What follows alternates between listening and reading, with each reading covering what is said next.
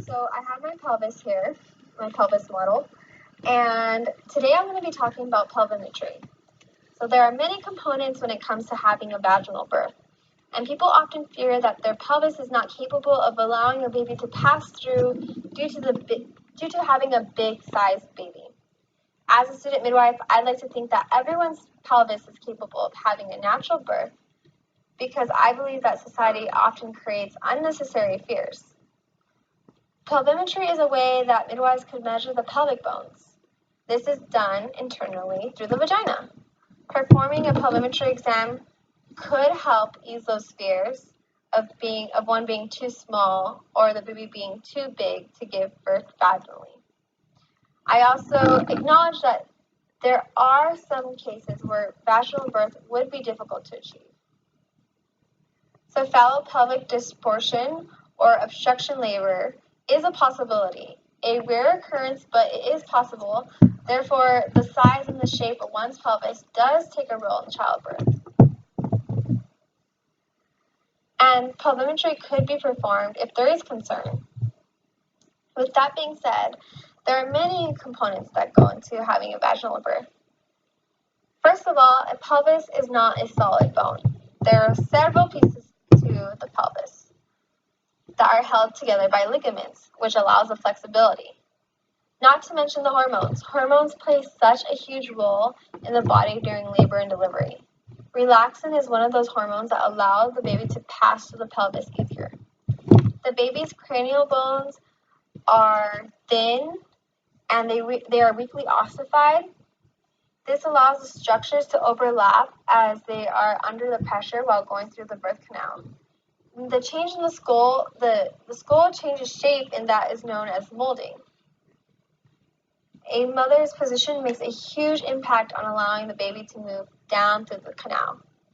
It creates optimal space for a baby to descend when one is laying on their side with their leg popped up with the peanut ball, or when one is on their hands and knees or squatting. Laying on one's back is a less than optimal position because it is not favoring gravity and it's not allowing the pelvis to open up to its full capacity. There are comfort measures such as the double hip squeeze that is also a great way to open the pelvis bones. The baby's position is also an important part of the process. If the baby is not in a great position, it could cause more pain and even a longer labor. Midwives could identify baby's positions by palpating the stomach from the outside or by feeling internally for the sutures on the baby's head. The World Health Organization defines clinical pelvimetry as the assessment of the adequacy and shape and size of the maternal pelvis. I personally found that,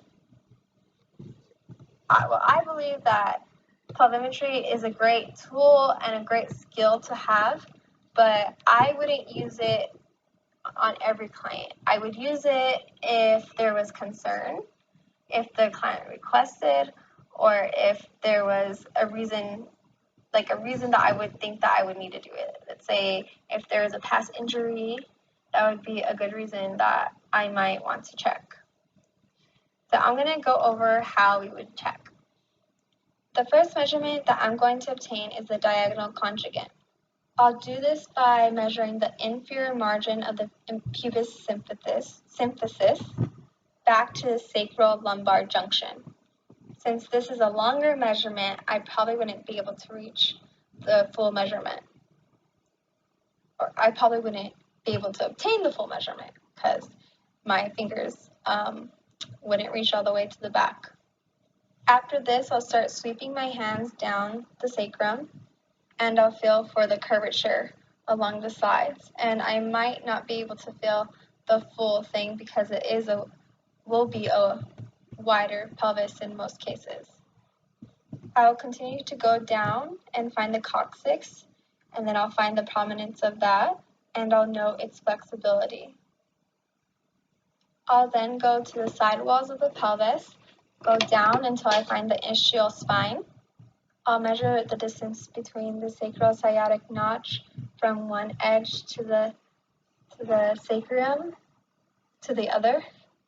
I'd wrap up the exam by getting a sense of the subpubic angle of the pelvis, which is right here. Lastly, I would assess the outlet dimension, and I do this by making a fist and pressing it between the 2 points, and this should measure about 8.5 centimeters, and it should fit comfortably. And so just let me review each step over again to make sure I didn't miss anything.